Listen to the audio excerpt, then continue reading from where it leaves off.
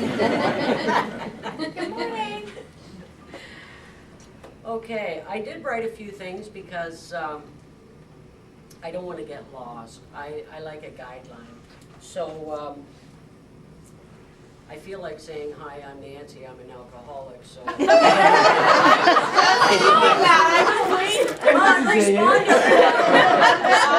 Hi, Nancy. All right, thank you. I want to talk today about simply God. What is or who is God? Some call it a higher power, universal energy, Jesus, Mohammed, Buddha, the list continues. Every culture believes in some form of God, although the name changes. Personally, I was raised a Catholic. Yes, I'm still recovering from that experience. Yeah. And the concepts I was taught. I was born, We forgive you. I was taught that I was born with sin. Right. And that I didn't live, and if I didn't live right, I would go to hell Right. for the rest of my existence. Well, being taught this as a child, of course I believed it, and I was afraid of God. I was afraid of hell, but it didn't stop me from stealing, lying, or some of the other things I felt I needed to do because my needs were not being met. So I sought outside of myself. Anyway, this just solidified my wrongness, my low self-esteem, and my guilt. I was destined to go to hell if I didn't change. And at least purgatory, at least where I could be purified. My problem, though, was that I didn't have the power to change. It didn't matter how much I wanted.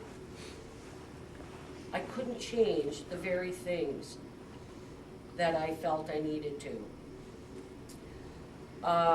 The things that I said I wouldn't do, I did. Which also doubled my shame. The disappointment in my parents' faces, the contempt of my siblings, not being able to contribute to as a member of society, like holding down a job, or even wanting to for that matter. I was driven by my addiction with the possibility of life in prison or even death itself, but I couldn't change. Where was God in all this? Why wouldn't God take this addiction from me, help me to change my behavior, restore me to wholeness? I existed without help, or I should say hope, scared to live and scared to die, and angry at God. I blamed God, I cursed God, yet on the other hand, I begged, I prayed, I even went to altar call to get healed. Nothing seemed to work. Where was God? In desperation to get off the streets because of my addiction, I went to a woman's treatment center. Not to get clean and sober, but to get off the streets because I couldn't cope.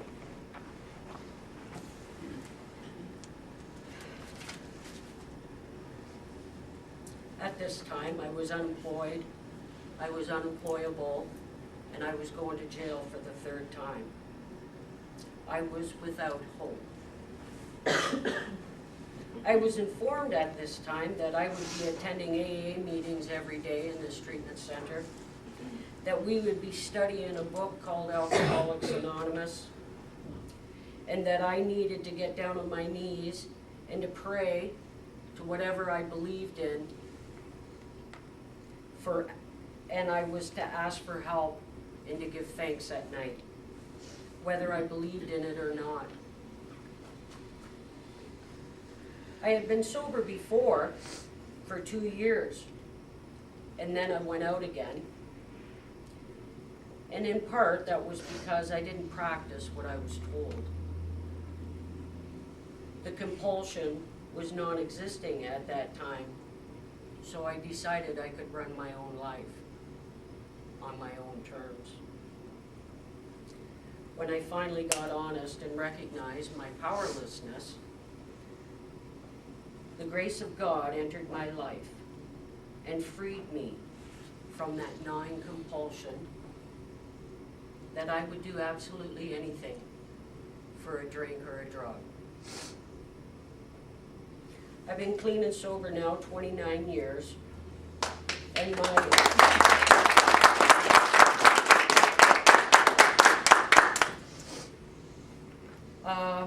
gee, you threw me off there. How can we not clap to that? There are some things in life that need to be acknowledged. Yes. Thank you. My journey with establishing a relationship with God has been tumultuous at the best.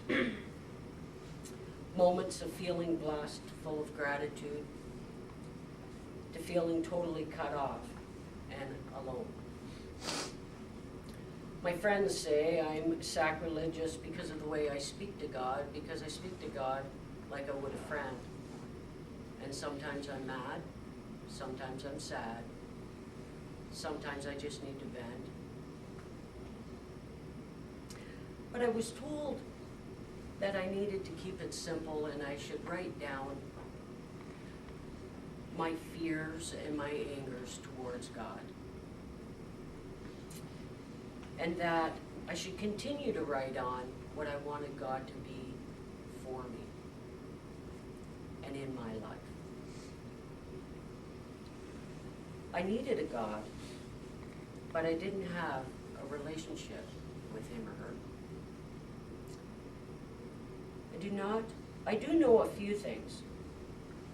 One, like, I've realized I'm not God. I believe we all have the divine spark of God in us, and that spark becomes brighter, or it just remains a spark. And I believe this because of what I've heard over the years, that we were born in the image and the likeness of God. There was a time in my life I had loss after loss, back to back, and I shut down. I became depressed, and I wondered again, where is God? What purpose is this?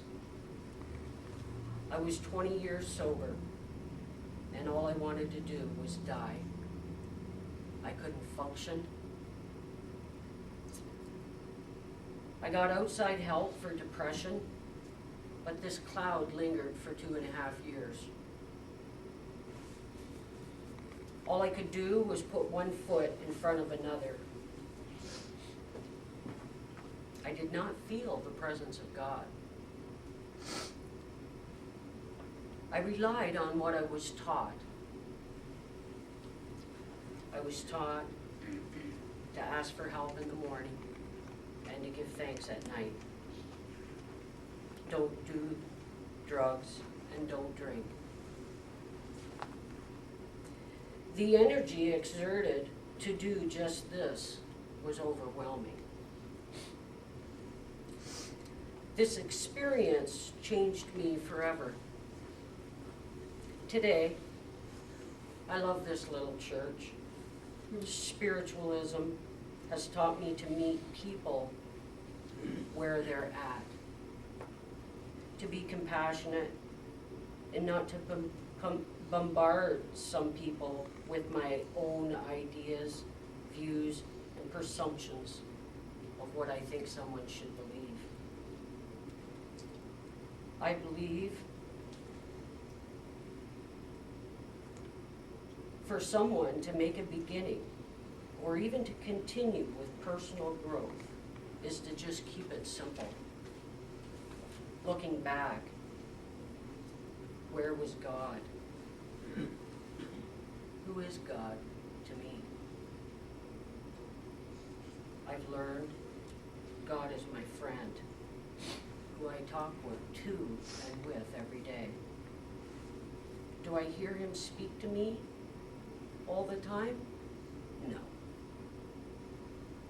Do I feel his or her presence all the time? No, I don't. I don't know who or what God is. I only know I believe.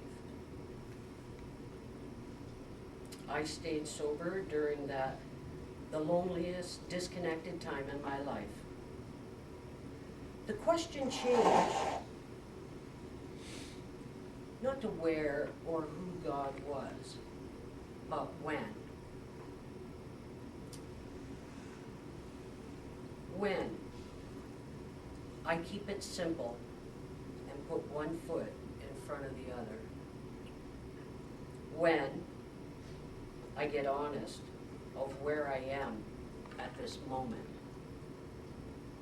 When I ask for help and give thanks at night. Is when the grace of God can work in my life. I surrender today to the possibility that God will have his blessings, grace, and power to work through me to accept where I am at this time. I am. I believe in the 7 principles of spiritualism. I like that we all accept each other where we are in our own development and encourage that growth from where we are. My experience has been that of the educational sort. I have not had an overwhelming experience or spiritual enlightenment. My relationship with God is personal. I wish you all the acceptance of where you are in life.